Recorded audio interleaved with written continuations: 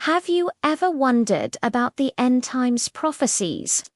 There's a lot of talk, especially about a peace treaty, but this often leads to some serious confusion. Today, we're going to clear things up by looking at two key prophecies that people often mix up. One from the prophet Daniel and one from the Apostle Paul. Getting this right is crucial to understanding what's to come. First, let's talk about the most important prophecy of all, from Daniel chapter 9, verse 27. It says, "He will confirm the covenant with many for 1 week. And in the middle of the week, he will cause the sacrifice and the oblation to cease."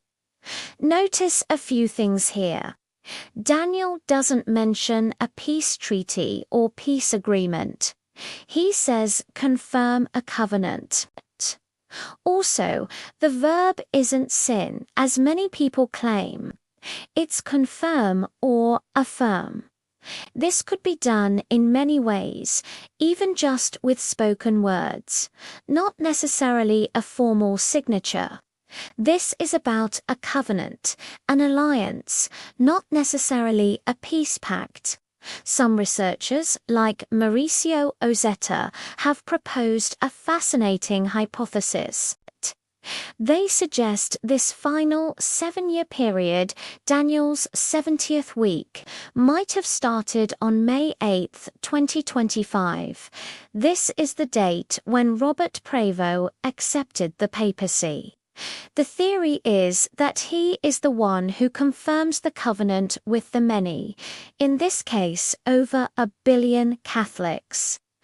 How will we know if this is true? The prophecy gives us a clear marker.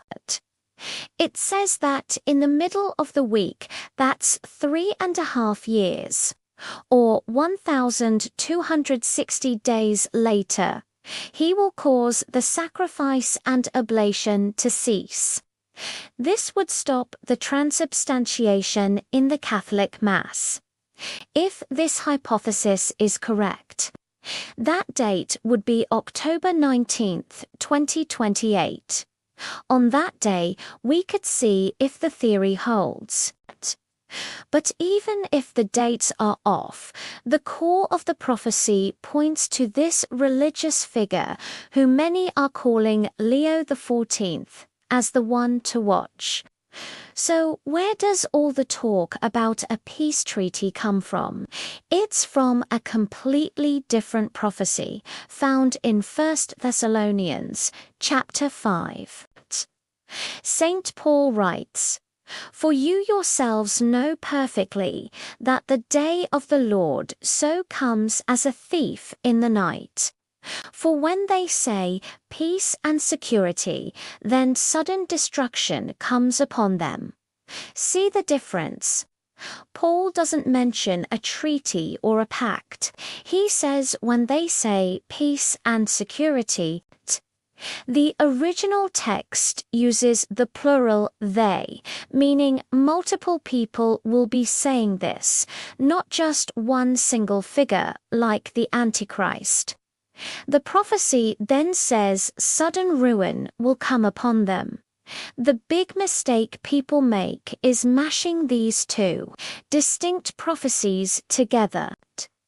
They take the peace and security line from Paul and incorrectly use it as the starting point for Daniel's 7-year week. This creates a huge misunderstanding. They start looking for a political antichrist to sign a peace deal.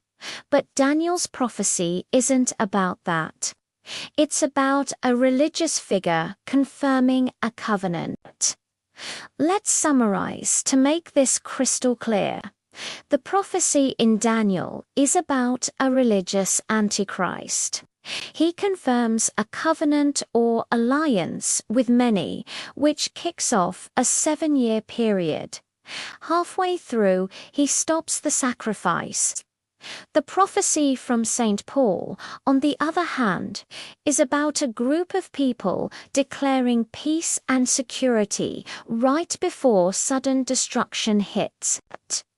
This could happen at a meeting or a global forum. While the political Antichrist might be among them, the text doesn't explicitly say so.